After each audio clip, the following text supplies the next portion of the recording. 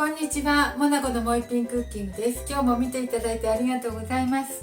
今日はね、かぶらときゅうりの浅漬けしたいと思います。お願いします。はい、材料です。かぶらこれ 400g くらいです。で、きゅうり1本です。あとはね、本だしと塩昆布と塩入れていきます。はい、そして半日ほど置いてね、いただきたいと思います。これかぶらの切っていきます。皮を剥きますね。皮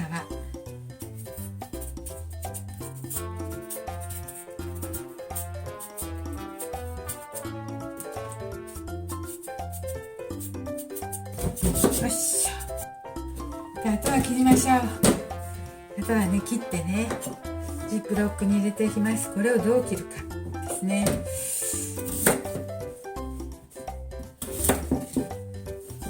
4分の1に切って、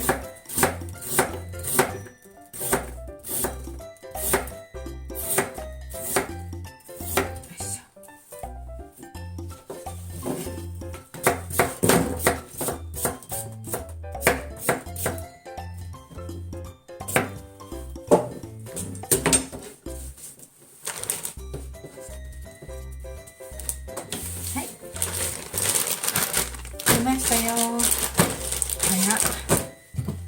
塩です。塩ね、今日はね、塩昆布も入れるのでね、これ大さじ1杯なんですけど、大さじ1杯弱入れます。大さじ1杯まで入れなくって、はい。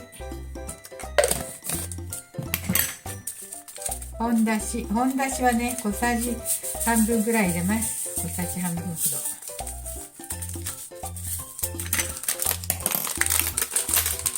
そして塩昆布をちょっとだけ入れます。ちょっとだからね、それぐらい。塩入れたからあまり入れたらよくないね。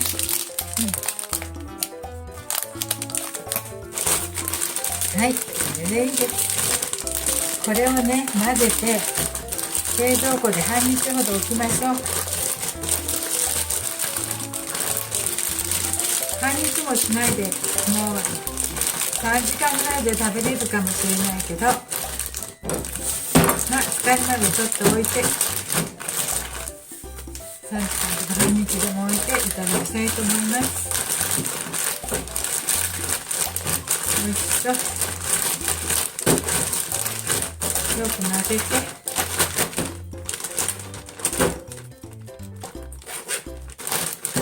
空気を抜いて、